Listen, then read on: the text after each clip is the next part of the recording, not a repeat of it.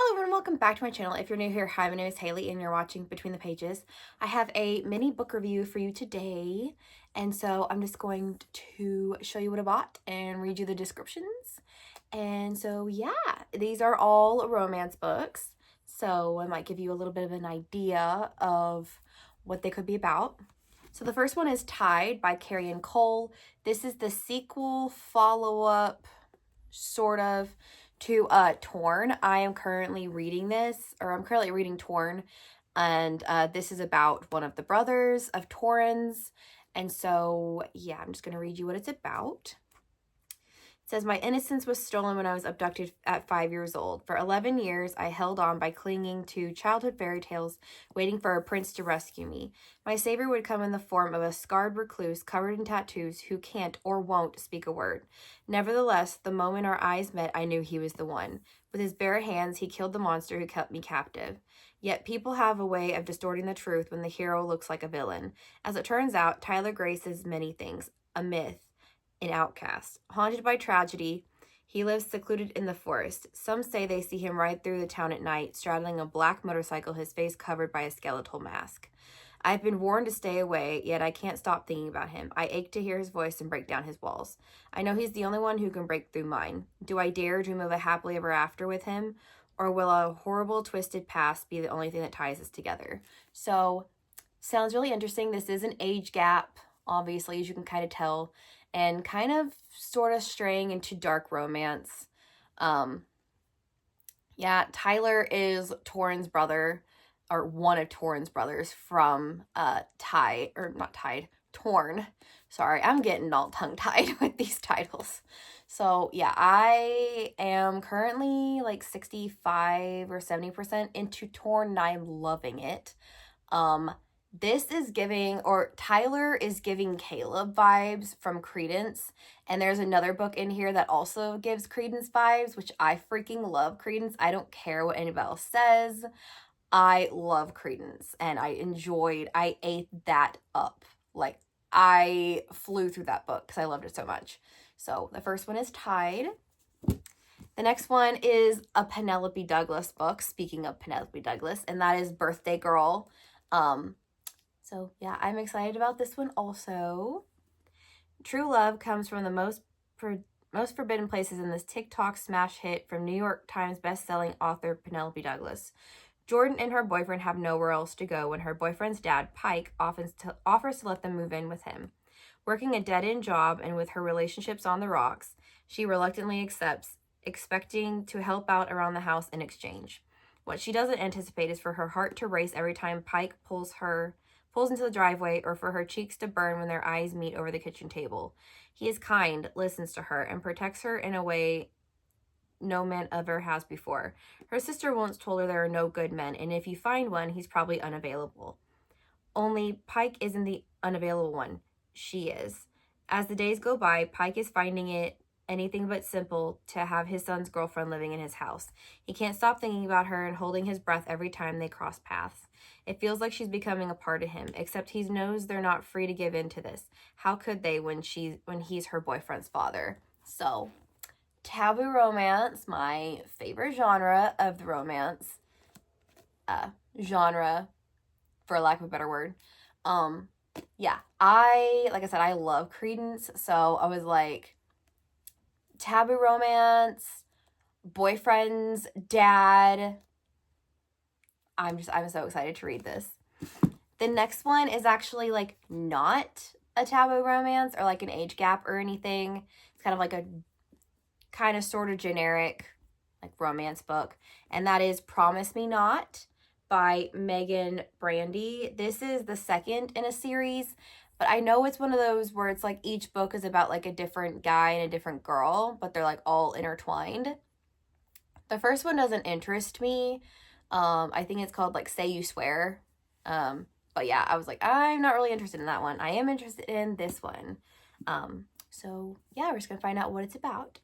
She lost the love of her life and the father of her unborn son, but Avix U's new quarterback make her believe in happily ever afters again. So it is a sports romance. I've never read any sports romances, so we'll see how this goes.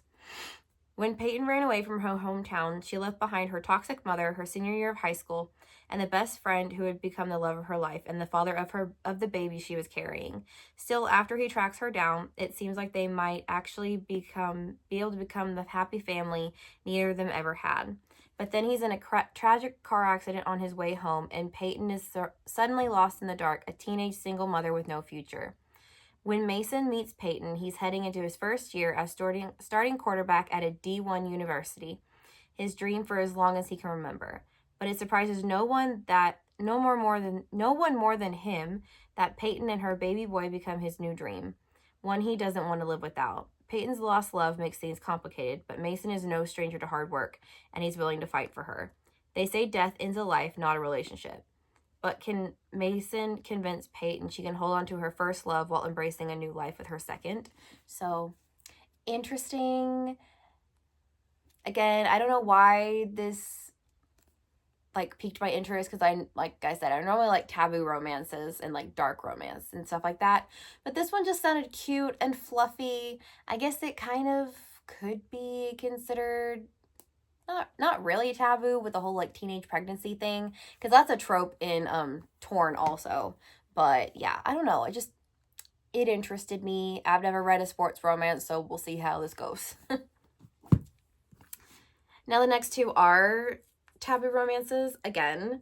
The next one is Immoral Steps by Marissa Ferrer. This is the one that is giving Credence vibes, and it was actually funny. My coworker Cheyenne, she actually sent me a Facebook reel that had like one of those like aesthetic like vibe videos where it's like pictures and words and things like that. And I was like, what is this book? I need it. So I actually like scrolled through the comments and I actually found someone saying that it was this book. And I was like, okay, this is also a first in a series. I think there's like 4 at this point. I don't know, but it's giving Credence vibes. So we'll just read about it. I'm only a week short of my 18th birthday when I discover my drug addicted mother dead, a needle in her arm. It's only then that I learn of the family I'd forgotten, a stepfather and his 2 adult sons. So instead of a step uncle, it is a stepfather and adult sons. See why I said it's giving Credence vibes? One is the star of the music world, a blind violinist who wows his audience on stage. Again, instead of a mute, we have someone who's blind. The other brother is his protection, a 6'4" beast who no one dares cross. I don't need them, they don't want me. With my head still spinning, I find myself plunged into a world of wealth and fame, but it's a brief dalliance. A private plane is due to take us to a concert hall in Montreal, except it doesn't make it. We find ourselves crashed in the middle of the Canadian wilderness with little hope of rescue. Survival becomes all. I'm stranded with 3 men.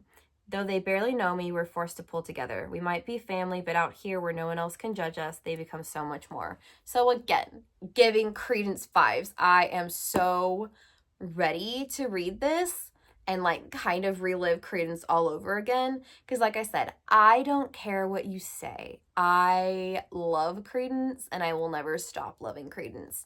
So I'm hoping that this can give me the same feelings that Credence did when I read it for the first time. So, again, really excited. And this last one is Older by Jennifer Hartman. Before he discovered my age, he uncovered my heart. Bruised and abused and a victim to a loveless household, I shimmered with new life the moment he found me, drowning in my sorrows in a lake beneath the stars. A chance encounter, an unspoken connection. I was smitten, he was curious. But as everyone knew, fate could be decidedly cruel. He called me Hallie, like the comment. I'm going to say Hallie because my name is Haley and I'm not about to read something with my name in it. So we're going to say Hallie, even though Hallie is technically my niece's name. But moving on.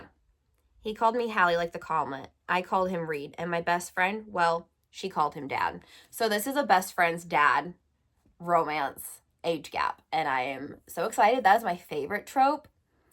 I especially like it when it's used like in fan fiction, like I think it's In the Dark by I think Franny Zoe, I think on Tumblr.